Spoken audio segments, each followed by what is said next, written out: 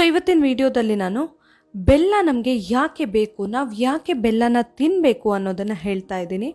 ಈ ವಿಡಿಯೋನ ಕೊನೆ ತನಕ ಮಿಸ್ ಮಾಡದೆ ನೋಡಿ.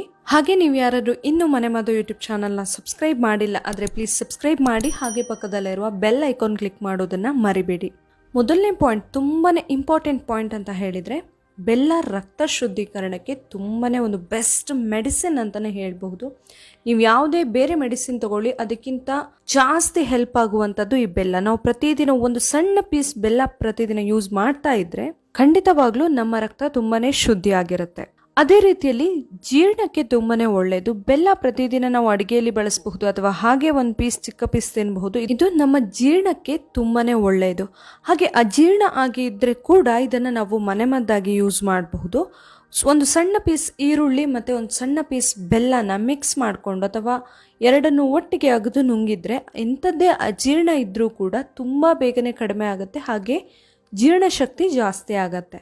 ಅಂಡ್ ಇನ್ನೊಂದು ವೆರಿ ಇಂಪಾರ್ಟೆಂಟ್ ಅಂತ ಹೇಳಿದ್ರೆ, ಇದರಲ್ಲಿ ಕಬ್ಬಿಣಾಂಶ ತುಂಬಾನೇ ಜಾಸ್ತಿ ಇರುತ್ತೆ. ಕಬ್ಬಿಣಾಂಶ ಜಾಸ್ತಿ ಇರೋದ್ರಿಂದ ಯಾರು ರಕ್ತಹೀನತೆಯಿಂದ ಬಳಲ್ತಾ ಇರ್ತಾರೆ, ಅನಿಮಿಕ್ ಆಗಿರ್ತಾರೆ, ತುಂಬಾ ಅನಿಮಿಯಾ ಇರುತ್ತೆ ಅವರಿಗೆ, ಸೊ ಅಂಥವರಿಗೆ ಇದು ತುಂಬಾನೇ ಒಳ್ಳೆಯದು. ಬೆಲ್ಲವನ್ನು ಪ್ರತಿದಿನ ಬಳಸಬಹುದು, ಅಡಿಗೆಯಲ್ಲಿ ಬಳಸಬಹುದು ಅಥವಾ ಹಾಗೆ ಕೂಡ ಒಂದು ಪೀಸ್ ತಿನ್ನಬಹುದು.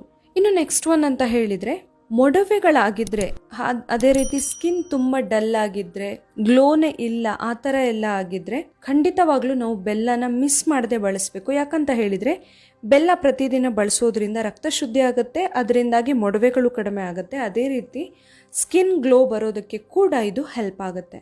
ಇನ್ನೊಂದು ಇಂಟ್ರೆಸ್ಟಿಂಗ್ ಅಂತ ಹೇಳಿದ್ರೆ, ಗಂಟಲು ಕೆರೆತ, ಕೆಮ್ಮು ಎಲ್ಲ ಇರುತ್ತಲ್ವ, ತುಂಬ ಕಾಮನ್ ಆಗಿ ಬರುವಂತಹ ಪ್ರಾಬ್ಲಮ್ಸ್ ಇದು. ಸೊ ಈ ಪ್ರಾಬ್ಲಮ್ ಇದ್ದಾಗ ಕೂಡ ನಾವು ಬೆಲ್ಲನ ಮನೆಮದ್ದಾಗಿ ಯೂಸ್ ಮಾಡಬಹುದು. ಒಂದು ಚಿಕ್ಕ ಪೀಸ್ ಈರುಳ್ಳಿ ಅಥವಾ ನೀವು ಬೆಳ್ಳುಳ್ಳಿ ಕೂಡ ಬಳಸಬಹುದು. ಅದನ್ನು ಸುಟ್ಟು ಅದರ ಜೊತೆಯಲ್ಲಿ ಬೆಲ್ಲವನ್ನು ಆ್ಯಡ್ ಮಾಡಿ ತಿಂದರೆ ನಿಮಗೆ ಕೆಮ್ಮು, ಕಫ, ಗಂಟಲು ಕೆರೆತ ಯಾವುದೇ ಇದ್ರೂ ಕೂಡ ತುಂಬ ಈಸಿಲಿ ಕಡಿಮೆ ಆಗುತ್ತೆ. ಅದರಲ್ಲೂ ಎಸ್ಪೆಷಲಿ ಬಿಳಿ ಈರುಳ್ಳಿಯ ಜೊತೆ ತಿಂದರೆ ತುಂಬಾನೇ ಇಫೆಕ್ಟಿವ್ ಆಗಿರುತ್ತೆ. ಇನ್ನು ಉಸಿರಾಟ ಮತ್ತೆ ಅಸ್ತಮಾ ಪ್ರಾಬ್ಲಮ್ ಇರೋರಿಗೆ ಕೂಡ ಖಂಡಿತವಾಗ್ಲೂ ಈ ಬೆಲ್ಲ ಒಂದು ಮ್ಯಾಜಿಕ್ ಮಾಡುತ್ತೆ. ಅವರ ದೇಹದಲ್ಲಿ ಉಸಿರಾಟದ ಸಮಸ್ಯೆ ಇರೋರು ಅಥವಾ ಅಸ್ತಮಾ ಪ್ರಾಬ್ಲಮ್ ಎಲ್ಲ ಇರೋರು ಪ್ರತಿದಿನ ಬೆಳಿಗ್ಗೆ ಖಾಲಿ ಹೊಟ್ಟೆಯಲ್ಲಿ ಒಂದು ಸಣ್ಣ ಪೀಸ್ ಬೆಲ್ಲನ ತಿನ್ನಬಹುದು.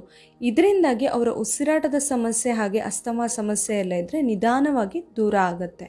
ಇನ್ನೊಂದು ಬೆಲ್ಲದ ಜೊತೆ ಬೆಸ್ಟ್ ಕಾಂಬಿನೇಷನ್ ಅಂತ ಹೇಳಿದ್ರೆ ಹಾಲು ಮತ್ತು ಬೆಲ್ಲನ ಒಟ್ಟಿಗೆ ಕುಡಿದ್ರೆ ನಮ್ಮ ದೇಹಕ್ಕೆ ಬೇಕಾಗುವಂತಹ, ಅಗತ್ಯವಾಗಿ ಬೇಕಾಗುವಂತಹ ಕ್ಯಾಲ್ಸಿಯಂ ಸಿಗುತ್ತೆ. ಇದರಿಂದಾಗಿ ಯಾರಿಗೆ ಕೈಕಾಲು ನೋವು, ಮಂಡಿ ನೋವು, ಸಂದು ನೋವೆಲ್ಲ ಇರುತ್ತಲ್ಲ ಅಂಥವರಿಗೆ ತುಂಬಾನೇ ಒಂದು ಬೆಸ್ಟ್ ಮೆಡಿಸಿನ್ ಇದು.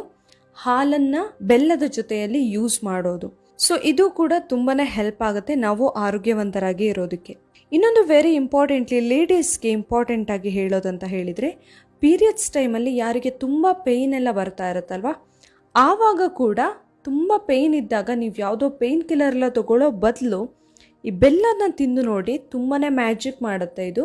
ಒಂದು ಚಿಕ್ಕ ಪೀಸ್ ಬೆಲ್ಲ ತಿಂದರೆ ಸಾಕು, ನೋವು ನಮಗೆ ಎಷ್ಟೋ ಕಡಿಮೆ ಆದಂಗೆ ಫೀಲ್ ಆಗುತ್ತೆ. ಇನ್ನೊಂದು ಲಾಸ್ಟ್ ಒನ್ ಅಂತ ಹೇಳಿದರೆ, ತುಂಬಾ ಇಂಪಾರ್ಟೆಂಟ್ ಕೂಡ ಹೌದಿದು. ನಾವು ಆಲ್ಮೋಸ್ಟ್ ಡೈಲಿ ಕೂಡ ಬಳಸ್ತೀವಿ. ಹಳ್ಳಿಯಲ್ಲೆಲ್ಲ ಪ್ರತಿದಿನ ಇವಾಗಲೂ ಕೂಡ ಬಳಸ್ತಾರೆ.